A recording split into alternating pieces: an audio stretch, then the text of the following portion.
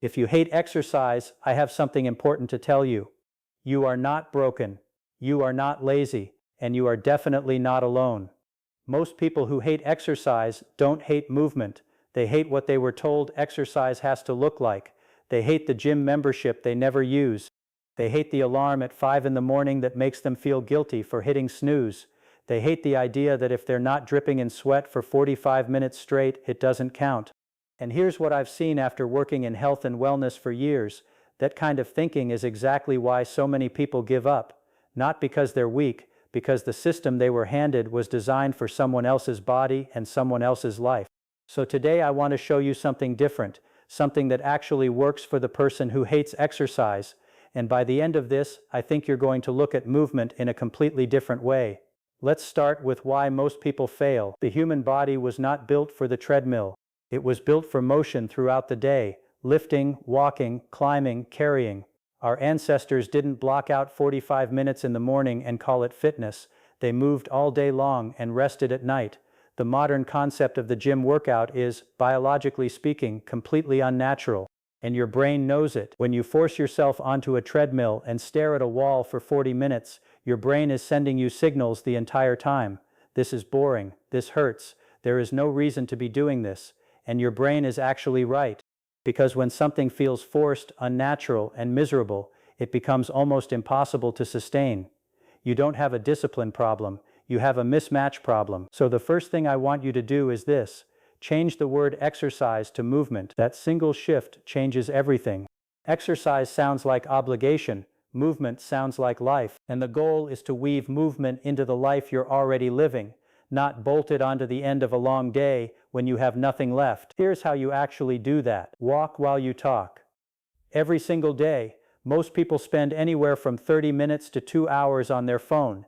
Calls with family, business calls, catching up with friends, and almost every single one of those calls happens on a couch or in a chair. That is a missed opportunity your body is begging you to take. Next time your phone rings, stand up, walk around, step outside, go for a slow walk around the block if you can. You are not adding time to your day. You are not changing your schedule. You are doing the exact same thing you were already going to do. You're just doing it standing up and moving.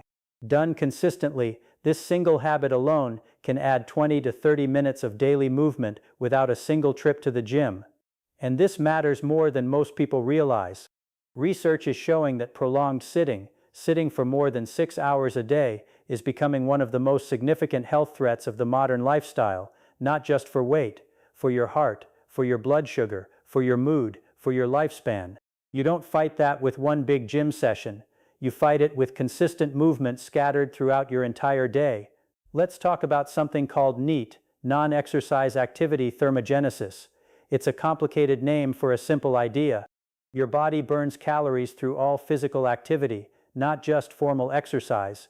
Every time you take the stairs instead of the elevator, your body is working. Every time you park further away and walk to the entrance, your body is working. Every time you carry your groceries instead of pushing a cart, your body is working. These tiny decisions, stacked on top of each other across an entire day, can have a bigger effect on your metabolism and cardiovascular health than a single workout session. Scientists have studied sedentary people who added NEAT activity to their lives without any formal exercise and found meaningful improvements in blood sugar regulation, blood pressure, and energy levels. You don't need the gym. You need to stop treating your body like it only deserves to move for 1 hour and deserves to be completely still for the other 23. Now, here is something most people have never heard of, and this one genuinely surprised me when I first came across the research. There is a muscle in your calf called the soleus.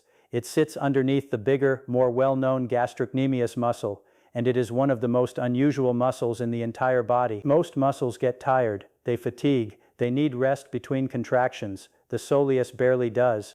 It can sustain activity for extraordinarily long periods without burning out, which makes it uniquely positioned for something remarkable. When you activate the soleus, even while sitting, it draws on a disproportionate amount of blood sugar and fat circulating in the bloodstream.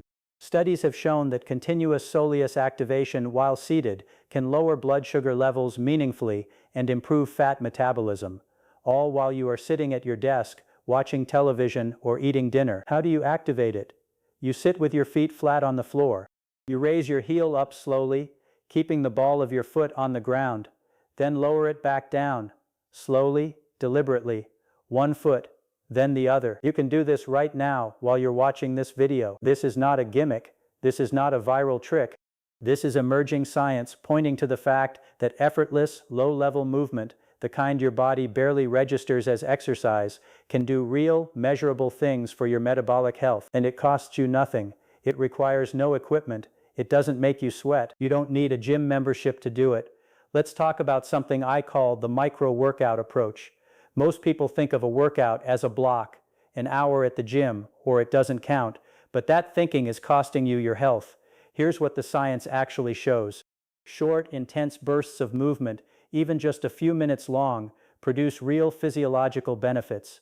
Your heart rate rises, your mitochondria respond, your muscles get a signal to grow and maintain, your blood sugar gets pulled down. And if you do several of these short bursts across the course of a day, the cumulative effect is genuinely comparable to a longer single workout. At Wellness Daily, we talk about this a lot, because for the person who is busy, who is tired, who hates the gym, this approach removes every single barrier that normally stops people from moving. Here is how it looks in practice. You wake up, before you even reach for your phone, you do 2 minutes of movement. It can be slow. It can be gentle. 10 air squats, 10 shoulder rolls, 10 slow march-in-place steps. That's it. You're done. An hour later, you're at your desk. You've been sitting.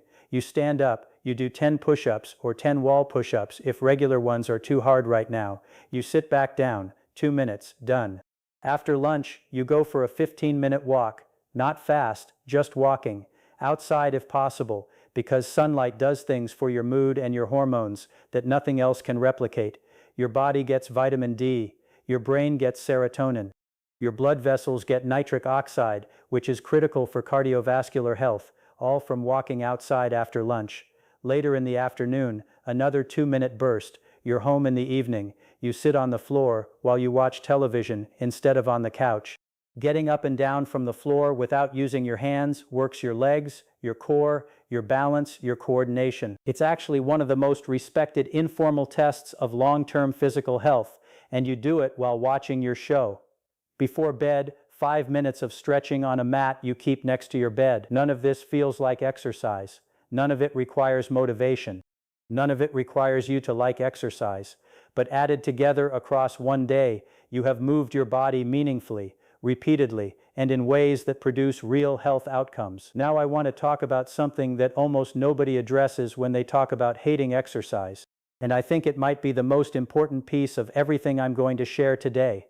Your relationship with your body. Most people who hate exercise have at some point used exercise as punishment. They overate, they felt guilty, they forced themselves onto a treadmill to burn it off. They hated every minute of it, and their brain permanently linked movement with suffering, guilt, and failure. And then we wonder why motivation disappears. If you approach your body like an enemy to be controlled, movement will always feel like a fight. But here is what changes everything. When you start moving as an act of care, not punishment, your entire relationship with it shifts. A walk after dinner is not punishment for the meal you just had. It is your cardiovascular system getting what it needs. 2 minutes of push-ups in the morning is not penance. It is your muscles receiving the signal they need to stay strong as you age. The mindset shift is this: stop exercising to lose weight, start moving to feel well, and let everything else follow from there. I've seen this reframe change people's habits more permanently than any workout program ever did, because when movement is about care instead of punishment, there is no falling off the wagon. There is no wagon. There's just a person who takes care of themselves day after day in small and consistent ways. Let's talk about something specific that happens inside your body when you stop exercising the conventional way and start moving the integrated way. When you do sudden, intense exercise once a week or once every 2 weeks, your body treats it like a shock. Cortisol spikes, inflammation rises, soreness follows, and your brain registers the whole experience as unpleasant, which makes it harder to repeat. But when you move consistently, even in small amounts, your body adapts continuously. Your blood vessels become more flexible, your resting heart rate comes down. Your body gets better at using oxygen, a measurement called VO2 max, which is one of the strongest predictors of longevity in the entire medical literature. Your insulin sensitivity improves, your joints stay lubricated, your mood stabilizes because movement is one of the most powerful natural regulators of your neurotransmitters. None of these benefits require intensity, they require consistency, they require showing up every day in whatever small way fits your life right now. Here is something practical for the evenings. Most people watch television for 1 to 3 hours at night. That is real time, and most of it is spent completely motionless. Here's what you can do instead without giving up a single show. Keep a light resistance band near your couch. During commercials, stretch. Do 10 rows with the band. Do 10 slow squats. During the actual show, sit on the floor, move between positions, cross your legs, stretch one side, shift to the other, or sit against the wall with your legs out in front of you and feel your hamstrings release. You are watching the exact same show. You have not added a single minute to your day, but your body is no longer completely still for 3 hours, and that matters. Now I want to address something that comes up often in the wellness space, and that is the idea of getting started when you have no energy. If you are consistently too tired to move, the answer is almost never more rest. The answer is usually poor sleep quality, nutritional gaps, or a sedentary cycle that is compounding on itself. The less you move, the more fatigued you feel. The more fatigued you feel, the less you move. Breaking that cycle doesn't require a massive effort, it requires a tiny one.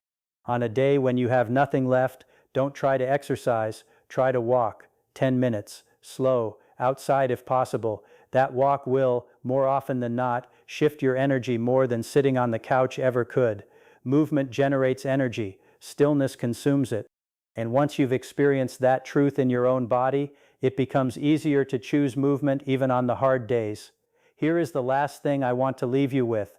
You don't have to love exercise. You don't have to crave the gym. You don't have to become someone who jumps out of bed at 5 a.m. excited to run. You just have to accept this one thing.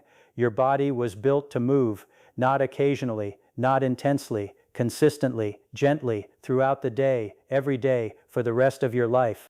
And when you stop trying to force exercise into a mold that was never made for you and start finding movement in the life you already have, something shifts. It stops being a thing you have to do and starts being a thing you simply do, like breathing, like drinking water, not because you love it, because it's yours. That is what we focus on here at Wellness Daily. Not perfection, not performance, just consistent, sustainable care for the body you're living in. Start today. One walk, 1 minute on the floor, one set of Soleus raises at your desk. That's enough. And it always was.